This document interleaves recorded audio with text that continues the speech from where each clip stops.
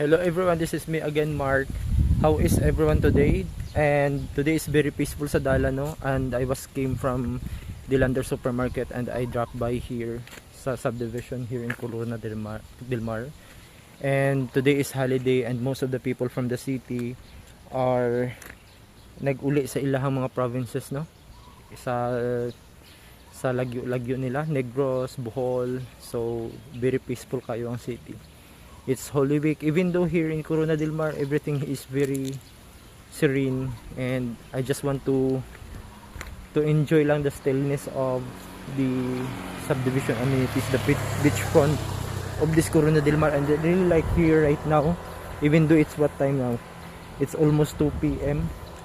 and everything here is very quiet and peaceful. I don't know, maybe some of the people also is going home sa mga provinces nila. That's the Corona del Mar amenities, and I really like it here. Okay, wala lang, I feel free and walay worry sa kinabuhi, di ba? Anda lang ang kinabuhi.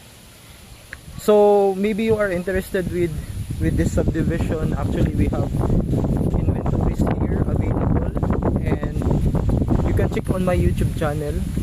And sometimes I am uploading properties located inside the Corona del Mar. We have around we have many projects pre-selling or under construction development. We just finished one brand new project just I'm sorry.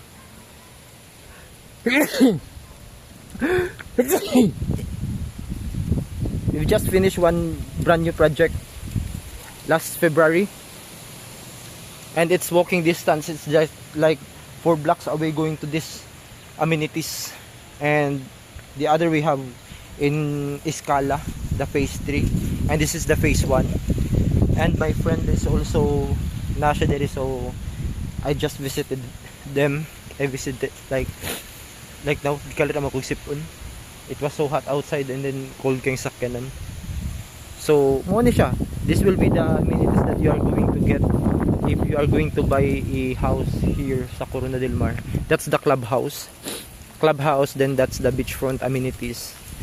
There are cottages. Some of those cottages are donated by the homeowners, and those are open to all of the homeowners here. Would you like me to, I will walk you, but pero init man good. The swimming pool is there. Maybe I will just walk you a little, but it's very hot.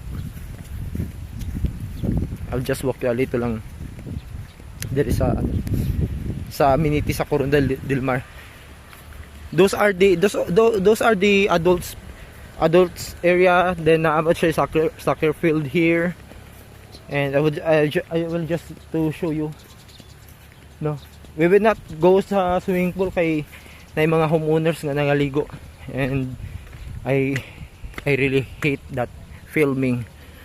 That's the soccer field of the Corona del Mar, and those are the naana siya mga barbecue station there, and kids play area, even the adult play area, exercises daan siya dito ay.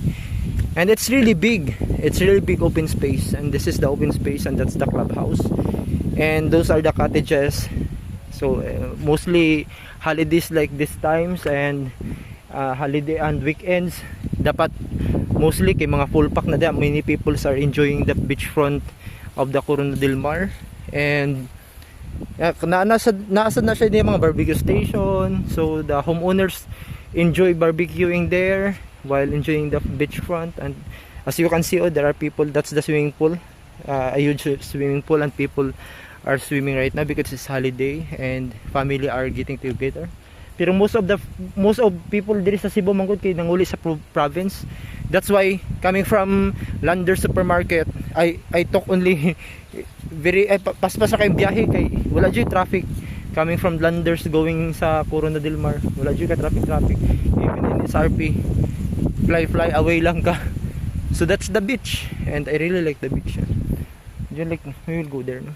That's the soccer field. Muna siya. Kainit mo na. It's 2 in the afternoon mga gudron, and muna na painit-init ko diri. I just want to relax, no? Sige ra tagtrabaho ani, no? Nice.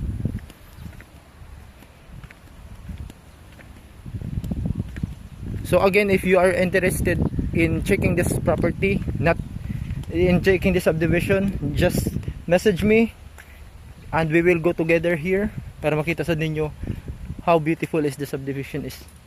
And I can really say nga this is one of the best subdivision within the city, or within the Cebu City, Mandawi City, Talisay City, kay Namangud siya beachfront. And it is developed by one of the trusted real estate developer sa Cebu, the Philinvest. Diri ko nakakita gano last month na nakakita ko original nga ribbon dira eh. Ako gihatag sa guard. I don't know if maybe the guard turned over it owner sa lost and found. Yeah, this is the kids play area. Dito is a bench, na may bench diha. Diri ay so asang glasses dira ay dito din kanya siya mga electric motor. Layo mo ganing Coronadal del Mar kung like mag adto ka sa gawas lakaw ni Dilma dalaglakaw eh. Layo dako kay nga subdivision. That's why everywhere you can find that electric. And I think you are going to pay lang 30 pesos coming inside this subdivision going sa gawas. And it's managed by the property admin. So ang income gyapon sa subdivision. Okay. Kana sila they are salaried worker man. So they have this fixed income, fixed daily wage. So wala na sila nagbase sa income nila sa diri. So muna siya. This is the Coronadal del Mar, and hopefully you will consider checking this one if you are looking for a property. Especially property away from the noise of the pollution, mga noise, gawas, highway. Maybe you will consider this subdivision. There kay ang tennis court and the basketball court is located there, and that's the clubhouse, swimming pool, the gym, the shower room na diha located. So muna siya. This is the Coronadal del Mar wet. Di ba? So peaceful. Not only today because of holiday. Normally nga ni gini dire. Peaceful gid siya. Hangin nya. Walay saba. So dili kay dili sa gawas samot gawas karon nya grabe ka traffic, ay grabe ka hilom dito. Wala yung mga sakyanan dito. Bakante kay lugar. Gina ko matulog diri. Magbukad ra ka di tulog ka dai. So this has been me again, Mark, and hopefully you will consider checking properties here. Again, we have properties available here, pre-selling and under construction, ongoing construction, and brand new ones.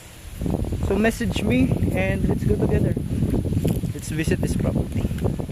I will go now kay gidukan ako makawang kog ice cream. Naglaway ko ice cream. Bye bye.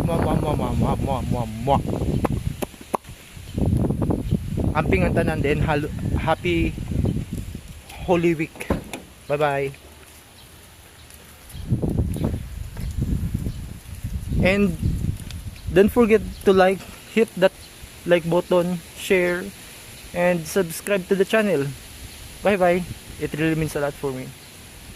And hopefully I bring some beautiful video with you today. Bye bye.